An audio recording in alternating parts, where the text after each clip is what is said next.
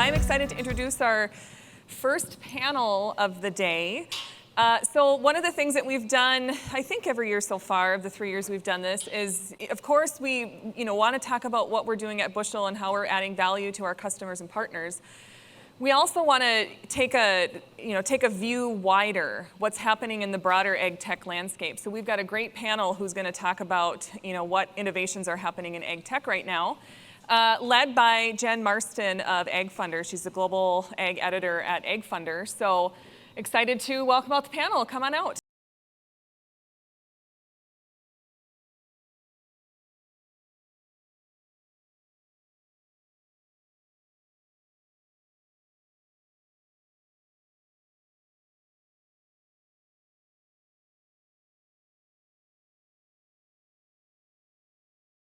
Nice full room, and as you said, I'm global ag tech editor for AgFunder News. We cover emerging ag tech startups, funding, you name it. The definition of ag tech, as I've seen it over the years, gets wider every month, it seems.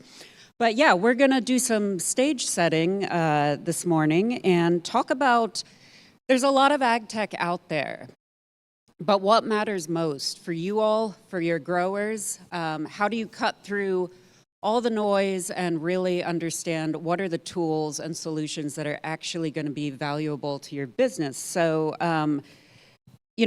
Jake and I have had a lot of conversations over the years, and one thing he said to me in an interview last year was, how do we build technology that farmers will use, and how do we build a business out of that? And Bushel's State of the Farm report that was just released not long ago shows that the number one barrier for farmers adopting technology is unclear benefits. So hopefully we can take a look at that and really get into, okay, which technologies are going to provide clear benefits.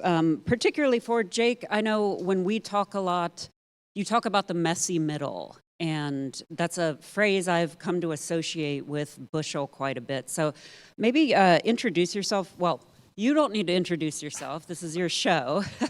But talk to us a little bit about what is the messy middle. Yeah, so I think customers that are in the room and prospects that are joining us, and even the partners, you know what the messy middle is. It's our challenge that we're all faced every day with. I think when you zoom out to ag tech, there's been this 10, 15-year cycle of a lot of growth of investments in the space, but sometimes I think this room in particular doesn't feel that same level of investment is happening in their arena. And it's because if you peel back the onion of the amount of ag tech investment that's been happening in the last 15 years, and you pull away biotech, and you pull out farmer-specific tools that aren't for your part of your problem, there's very little investment actually happening in the messy middle of the supply chain between kind of post-farm gate to the processor to the CPG. Very little investments actually being made there by any kind of outside investor. We all are making those investments ourselves and trying to build more efficiency, build more scale, use more automation. But no, it doesn't seem that most of the industry gets, most of the investment industry gets that this is the area of opportunity. When you think about digitization in agriculture and still agriculture is lagging in a big way, well, if you go sit with a farmer, the amount of screens on their tractor, the capabilities that they're using today, they're using technology, but all of us in the room in our industry that we're in the grain and ag retail space, that's where the lack of investment really is. And all of us are here because we want to make that better, but that's part of the problem, is it's not truly funneling into our space a whole lot. Companies like Bushel and our partners here today are making those investments, but it's not like Silicon Valley's going, man, how do we make a grain elevator better tomorrow? They don't even know what a grain elevator is. It's not even a question. One time I had somebody in the fintechs or in the investment space. I was in New York, fancy building, rode up an elevator to get there, and the guy asked me, "Tell me about your business. You guys, do you sell to these elevator companies?" And he asked me if it was one of the brands like they have in their building. And then you know immediately that these people just have no idea what's going on in the messy middle. So that's kind of my view, is that it's quite a bit of an underserved space. To quote you, actually, you said to me last year, it's not sexy to talk about a grain elevator, but someone's got to do it. Well, some of us think it's sexy, but not everybody. Fantastic. So, Patrick, you give us a quick introduction to yourself, and then do you have anything to add to kind of that definition of the messy middle? Yeah, thank you. Thank you, Jennifer. Thanks, Jake. Thanks, Bushel team, for inviting me over here. Just a quick intro about myself. I'm Patrick. I'm running an agtech advisory firm. We help companies to understand like what's going on in agtech world and how to bring new agtech innovation to the market, but also helping companies to stay on top on the latest trends and how they can leverage technology to improve their business and support their customers better.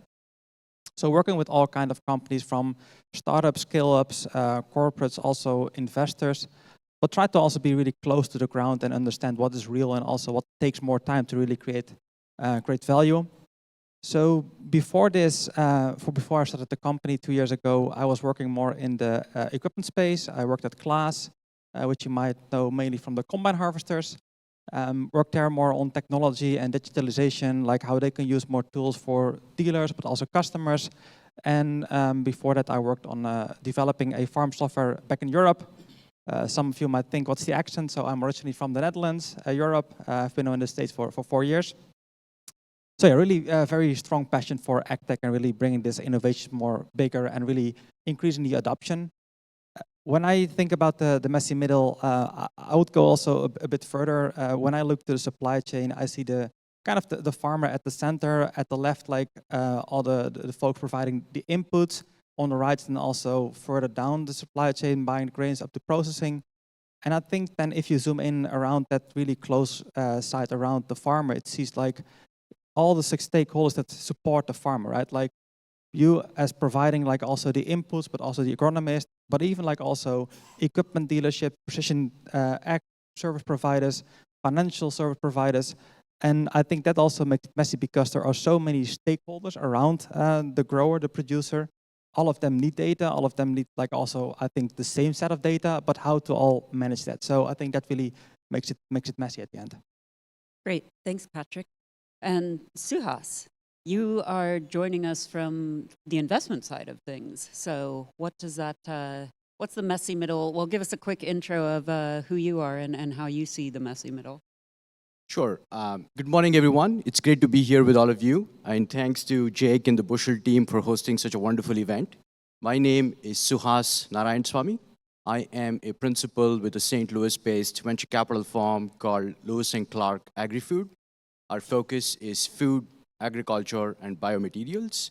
And we invest in the Series A and Series B stage of essentially enabling companies to take their product to customers and scale it. And in terms of just the fund itself, we manage about $400 million of capital, and we have a pool of capital that is dedicated towards rural America.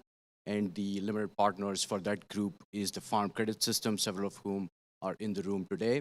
And our focus is on enabling these technologies and innovations to get to the farmer. And in terms of our investments, we've made over 20 investments in the space so far. Bushel was actually our first investment in 2019 from our 2019 vintage fund. And it's been super exciting to see the journey of the company, as well as, you know, I've not been in Fargo since the past 5 years. As I walked in, it was incredible to see how the city has grown and developed as well. So very excited to be here. And in terms of my personal background, I've been in the investment world for the past 8 years. But similar to a lot of you, I started my career in the agribusiness side, particularly in the seed business, focused on crops like corn and cotton, and did that for 7 years before transitioning to the investing side. Great. In terms of the definition of messy middle, you know, on the investing side, there are farmland-focused funds and there are consumer-focused funds. The way we think about the messy middle is investing in the infrastructure that connects the farmland to the consumer, and in terms of companies and businesses that are building technologies that can increase productivity of farmland overall and enable consumers to realize better outcomes in terms of health, nutrition, and sustainability. Great. Thank you. And so keeping that kind of view in mind, and Patrick, I think I'll start with you. I think you're a little bit like me. You have a very broad view of everything. We're kind of sitting up here looking down at all of ag tech. But what are you seeing right now that that excites you, or that you feel like is really showing some promise in terms of bringing value and benefit to, the messy middle, to the growers as well? Yeah, so I would say just a few categories. So first one, everything around automation and robotics. So automation of the equipment, driverless tractors, but also robotics in terms of like also robotics that can do weeding, scouting. I think there's a lot of interesting developments going on. Then second is around, I would call it the next generation of precision ag tools. I think precision ag used to be very static. You create maps, you send it to the machine, then you do like the application. We see now more and more solutions around like online scanning the crop, scanning the field, and automatically then adjusting the implement, like the fertilizer spreader. I'm sure we'll touch on that more later on in the panel. Then all around like more advanced sensors. So sensors that can measure more accurate like nutrients in the soil, but also like plant tissue sampling. I think we see a ton of development to provide more like online and on-time like data, which can also help then the agronomist to provide like even better advice to the grower, but also more sensors on the equipment. The fourth category I would say that really is interesting is, I would call it the next generation of digital ag. And I would say the first phase is really around data collection, and we're now coming to a point where we're starting to really make sense out of the data, really creating insights and providing recommendations to the farmer, but also to the stakeholders around it. And I would say I will close it off with more the ag biotech space, where we see all kind of interesting developments in gene editing, biologicals, which I think are also very, very promising, but often a bit further down the road. Suhas, anything to add to that? Sure. In terms of the agtech ecosystem, as you mentioned earlier, the scope and the definition is broadening since how we started investing in 2016. But if I kind of like break it down into three buckets, which is the input side, and then it is the actual cultivation and application side, and then it's the post-harvest side. And we're seeing incredible innovation in all three areas. On the input side, it is everything from new genetic improvements, both from using tools such as gene editing from what was largely genetic modified crops, right? And that is going to improve the variety and scope of genetics that is going to come through over the next several years. And then on the crop protection side, we're seeing a movement away from synthetics to biologics, and a lot of new innovation is coming through in that area. And there's also a strong regulatory support and movement to enable these products to come to market. And then there's also a renewed innovation in crop productivity in terms of thinking about alternatives to fertilizer. And then on the on-farm side, it's about precision application of these. We've seen a lot of tools emerge on the digital side, particularly in robotics, in terms of precision application of a lot of chemistries. And I think that's going to be a great new tool in terms of reducing the overall environmental footprint and precision application that can deliver high-quality results. And on the post-harvest side, companies like Bushel have innovated enormously in terms of bridging the gap between the farmer and ultimately the buyers of the produce and the product, right? And I think there's a lot of innovation both on the fintech side as well as in digital connectivity that can improve the workflow in terms of not only realizing better prices, but also the simplicity around transactions. I'd say those are three buckets around which I would think about innovation, and we're seeing tremendous growth in all three areas. Great. I wonder what Jake will say. Well, when we were talking about this panel, this group in here that our customers are focused on is what are the things that are going to make an impact to them. And if we're being honest, there's way too many pretty map companies and satellite imagery tools. Everybody's probably seen and heard every single one of them. And the truth is that even on the adoption side of of your business team, not just your farmer, but getting your business team to adopt. I mean, who feels good about their CRM adoption so far? It's not a great feeling right now because you can't get people to use the tools. And part of the evolution of software is, first, it's a technical challenge of making the software do the thing it's supposed to do. And then you've done that, and then you realize that's cool, but nobody's using it because it's too cumbersome, too complicated. And one of the hardest things about software is design and simplicity, and how do you remove the barriers to entry? How do you remove complexity and make it appear so simple that people just go, oh, that's just better than doing it on paper, or that's just better. And so I'm still convinced that there is a whole lot more work to be done specific to software. I get that biotech is changing the landscape in terms of what we can plant and where we can plant it and when we can plant it, but there's so many inefficiencies. I see blue screens and green screens at our customers, and I have a hard time understanding why we're still there. Then I see you've got servers in your closets that are covered in corn dust, and that is running your whole operation, and it's terrifying. And you look at the whole supply chain, and that's how we operate right now. And there's so much inefficiency. And then on the large scale, you've got these sort of what you might describe as legacy companies today, an SAP or just maybe it's a Microsoft-based solution that is fundamentally built for a different industry, and we have all tried to shoehorn it into what we do in agriculture. And there's all these gaps. And so if you were just to sit down with a customer like this in the room and watch them work their day-to-day life, and sometimes we're part of the problem too. We're going to try to make that better. But the amount of screens and context switching and stuff that you have to do to just buy grain or just sell an input to a farmer or just get the price updated right is impossibly challenging still.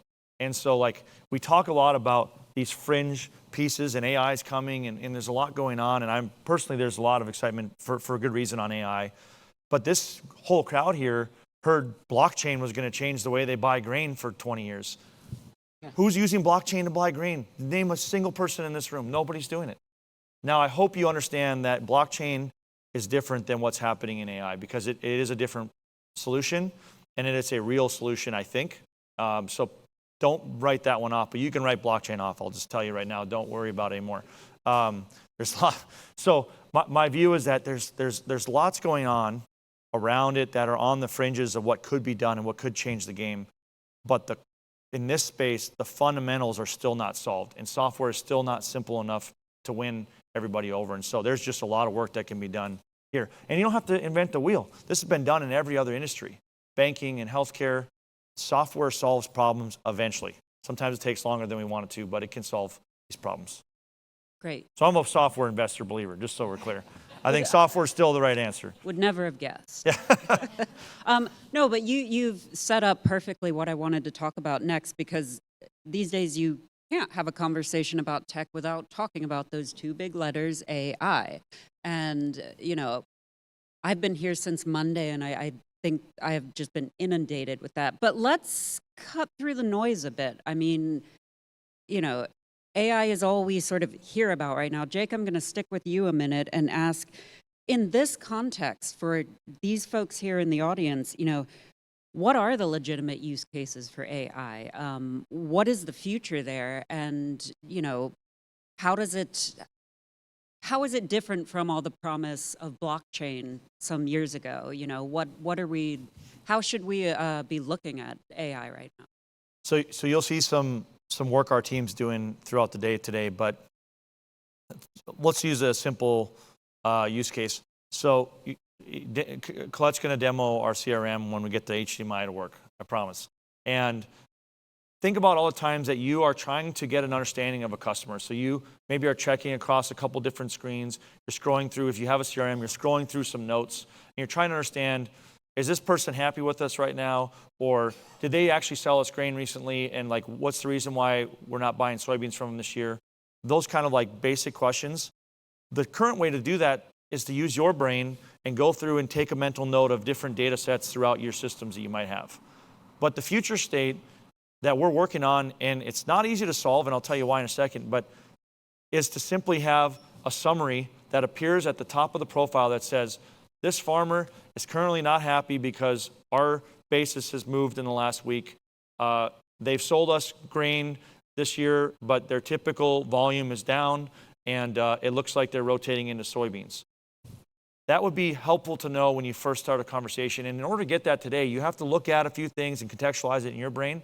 But AI, with the right training, can contextualize an entire customer for you. And imagine how much smarter you look when you take that phone call the next minute. It changes. That's the kind of thing that it's already available today. Now, here's the problem. Although there's a lot of data in agriculture today, I'll tell you that very few of these models are training on agriculture. So like what is a bushel? They probably think it's a software company. What is a context of a grain contract, and what's a basis?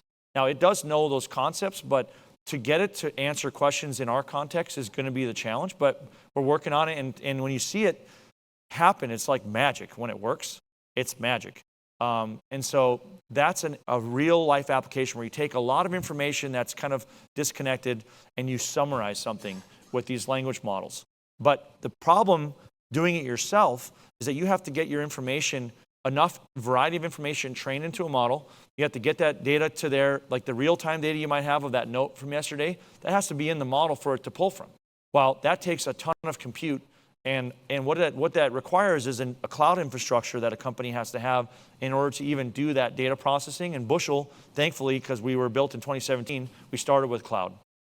And so all of our processing can do this work. And so we're working on syncing up your data in private ways to these models to learn how to give you better answers. And so it's pretty exciting. Who's stressing about the WASD report this afternoon? Or this morning, I guess. Yeah, there's a few hands in the back. Don't stress about it. We're gonna show you something. You don't have to even leave the room to go read it. We're just gonna show you what can be done, okay? So just hold tight on that one. So that's an example where it's an obvious application, it's real, and we're gonna be able to do it really quick here. Fantastic. And then Patrick or Suhas, anything to add to the AI conversation here? Yeah, I think it's definitely really exciting, and I think also many are initially a bit scared about like what's it going to do, what does it mean for me. It reminds me a bit as to back then, early 2010s, when in Europe we launched the farm management software, where agronomy and agronomists initially were like skeptical and were like, hey, you're replacing me with your software, which was pure like on data collection. And at the end, they saw the value in terms of like getting a better actual overview about the data of their customers, so the agronomists could do and better serve the customers by having like the data available. And I think this, what we will see now with AI, is going to accelerate that. It's more like, and I know everyone is talking about it as a co-pilot, but I think that is it at the beginning at least. Like really being a co-pilot, helping you to get, as Jake mentioned, like a better understanding, a better picture of like your customer, also better helping your customer, automating workflows, like also use cases that I see happening, for example, in like the equipment space then more is, hey, you're harvesting only like a few weeks a year. Always if you go into the machine, can I just ask and say, how do I set the machine, right? And I right away get the settings. Or like technicians that can ask questions, and instead of going through like the operating manual, automatically getting answers about like certain error codes, and with that also better and more efficiently serving the customer. And I think that's what we'll see at the initial use case, really more like these administrative like help tools instead of like replacing it all and automating it all there. And I recommend just everyone, also in my work, like I use, for example, as I guess many of you like now also ChatGPT, and it really helps. So I think it is important to also just get familiar with these kind of just tools to like get on there and learn what they can do for you in your daily job. Real quick question to this crowd. Who has all the labor you need on your team, and you're not worried, and you're worried about this replacing all the people you have? Raise your hand. Nobody in here is worried about that because we don't have the people we need right now. And so, you know, I think it's maybe call it a first world problem or a later stage problem of replacing our jobs. It's a long ways from doing that. But we have a current problem right now, which is we can't do enough with the people we have. We have lack of resources, human resources. And so one more example I was going to mention You know, everybody runs reports in their business today. You probably got somebody in the team, we were talking earlier, that just goes and does those reports for you until they finally get a tool like a Tableau or a BI tool that gets reports so people can go get their own reports. Get your own reports now. Thankfully, we can do that. Great. But a report is not actually the final thing you're trying to get. The report is a way for you to get context in your brain to answer probably a question or get a result to make a decision. So report's just an easier way to get a lot of information in one place to make a contextual decision. What AI can do and what we've been demoing internally is just getting you the answer. You can skip the report, you can even skip the graphs, and you can just get the answer, which is, hey, how much more grain do we buy this year than last year in our top 5 customers? Or how much throughput of fertilizer have we done this year over last year at this time period to date? And it says, oh, 30% more. Just gets you the answer. You don't need a big graph and a bunch of spreadsheets to figure that out. You just need to know that you're ahead or behind. And so that's another area that, you know, skip the reporting and start to get the answers. And if you need a report, turns out AI can build that for you too. So that's pretty exciting. Yeah, I think both Jake and Patrick made excellent points. But in terms of like just summarizing what's going to get better, it's personal productivity. I think all of us are going to have essentially a version of AI agents that is going to be, you know, available 24/7. And it's going to be infinitely patient with you in terms of ask any question, ask it how many ever times, ask it to summarize, you know, hundreds of reports, and it's going to do it for you. And I think that level of personal productivity in terms of our daily lives is going to be enormously incremental in terms of how we think about all of our functions as operators. And as Jake said, you know, this is going to be an augmenting of human capability and is not essentially a replacement. And we're seeing clear evidence of that. And the reason why we have you know, been able to get this to this point, particularly in large language models, is because it is lower risk in terms of how to train the model, as well as, you know, if it gets a few answers wrong, the risk around it is pretty minimal. Now, in terms of where it is going next, right, if you think about truly in terms of machine learning capability and like, for example, the Tesla autopilot, right?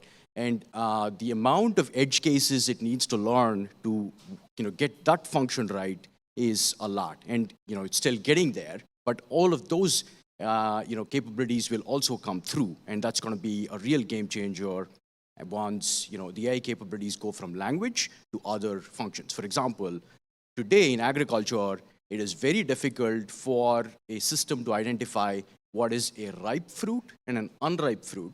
And then it's even harder for the robotic arm to go and manipulate and pick it, which is very easy for us humans to go figure out what is a ripe fruit and go harvest it, right? So that kind of capability is where it is missing in action today. And over time, some of those capabilities will also come online as the models get trained.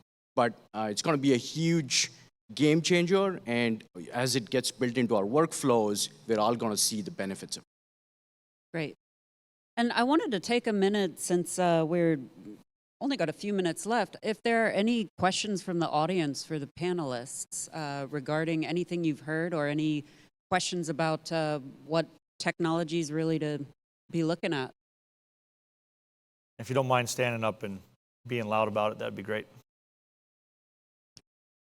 Maybe everyone needs another coffee before we get into audience questions. We have questions here somewhere. Let's go. So let's really quickly go over, I would say, so the Bushel report mentions usability as a hurdle to adoption. There are several others in that report, but as you all see it, you know, what's really holding back wider adoption of digital technologies in ag? And I'll open that up to any of you.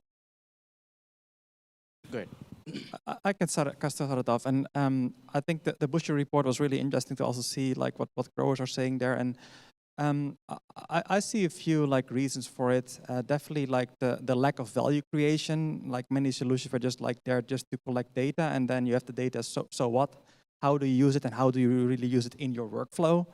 Then second is also the complexity of the solution. Just is not simple enough, the software, to use it. It doesn't like really is compelling. But third, I think one of the biggest problem is the lack of interoperability between the different systems. You have all the different programs, and now zooming in just on the producer itself, like you have your machinery tools, like from like a John Deere, then you have like your record keeping program, your farm management software, your precision ag, and how do they all talk together? And then how do you also connect them with your like advisory systems, like from ag retail? And there, I think we see now really some exciting trends, like also what Jake shared before, where you see like more the vertically integrated solutions, which makes it easier for the user to get it all synced. And next to that, you also see now more integration between products to share, for example, field boundaries between the different systems, which is a huge step forward. Yeah, I agree with everything Patrick said. And if you think about agriculture as an operation, there are some structural issues in terms of just the seasonality as well as the risk, right? We conduct these operations in very limited windows, and we have to get it right. And if we don't do it well, there is enormous cost to not doing it well. So the window around which a product can be adopted, as well as the risk of adopting that product, is pretty high, which means that we are selling to customers who are hesitant to make change because of the risk associated with it. Now, excuse me. Over time, we have built systems and capabilities that can reduce the risk. And as we continue to de-risk these systems and prove that they're creating value, adoption will increase. And we've seen, I think, Gen 1 products get out there in the field pretty quickly, and I'd be curious to hear, a lot of your views as well in terms of how we think about Gen 2, right? Is the first layer the hardest? The first 5 years of adoption of these products are going to be the hardest, and over time, once you get the workflow going and the users are comfortable, over time, the second generation of products as well as the newer versions should see faster adoption over time. I got two stories I think that are helpful here. One is, you might have heard me tell you this before, but we had a prospect, still a prospect right now, last year tell us that their farmers aren't going to use eSign. I said, well, why do you say that? Well, they're just not interested in adopting it. I said, well, what have you tried? And we got into the details, and turns out they've never offered eSign to their farmers. So therefore, none of their farmers are using eSign. And in his mind, therefore, they don't want to use eSign. There's zero logic in that whole argument, right? Why don't we try and see if they want to use eSign? What we find at Bushel is when we do that, 90% of your contracts are signed that way, and they're done in a couple days. And you increase your chance of getting signature significantly.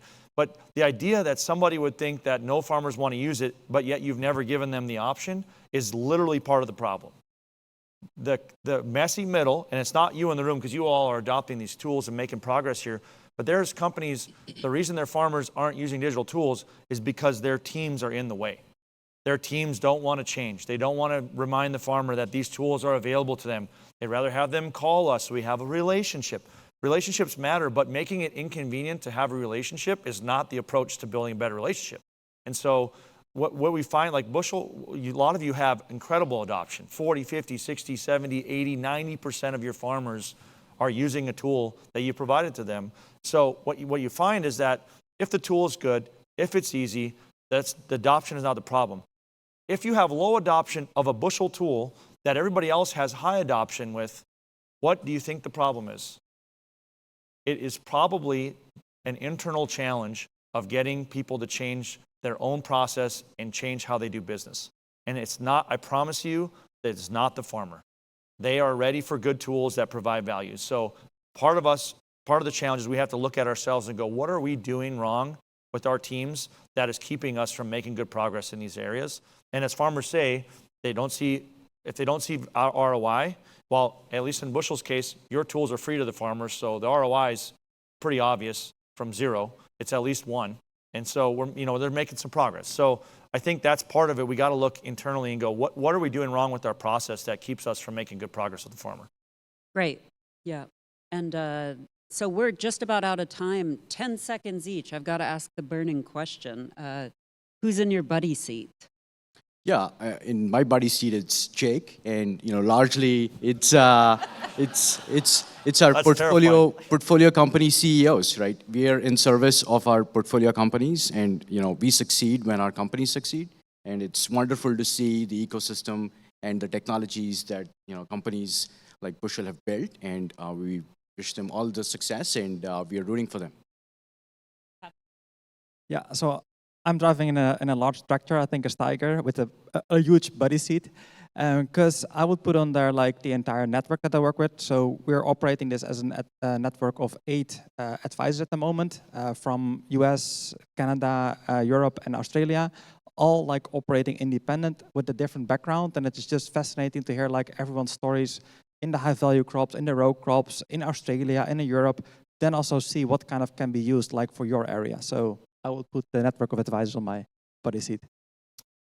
So yesterday, we had our customer advisory board.